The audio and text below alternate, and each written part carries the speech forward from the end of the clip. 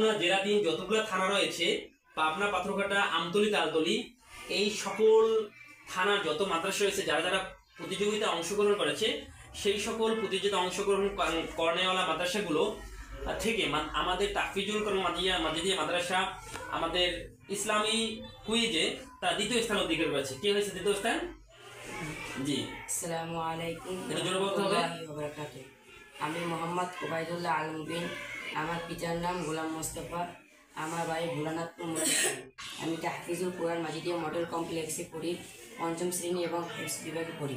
আসসালামু আলাইকুম। জি, আলহামদুলিল্লাহ। এবং কোরআন তেলাওয়াতে বরগুনা জেলাধীন প্রতিযোগিতার ভিতরে তাহফিজুল কোরআন মাজিদিয়া মাদ্রাসার ছাত্র যারা মোহাম্মদ নূর নবী সে তৃতীয় স্থান অধিকার করেছেন। আলহামদুলিল্লাহ।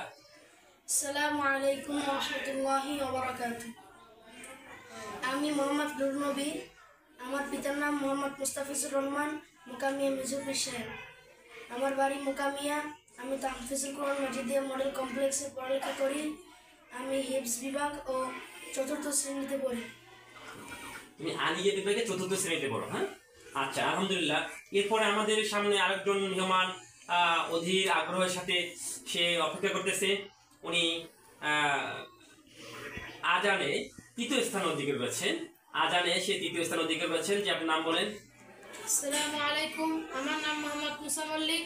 আমার বাবার নাম মোহাম্মদ মিলন মল্লিক। আমি তাহফিজুল কোরআন মাজিদিয়া মাদ্রাসায় পড়াশোনা করি। আমি পঞ্চম শ্রেণী পাশাপাশি হিফজ বিভাগে পড়াশোনা করি। আলহামদুলিল্লাহ। আমরা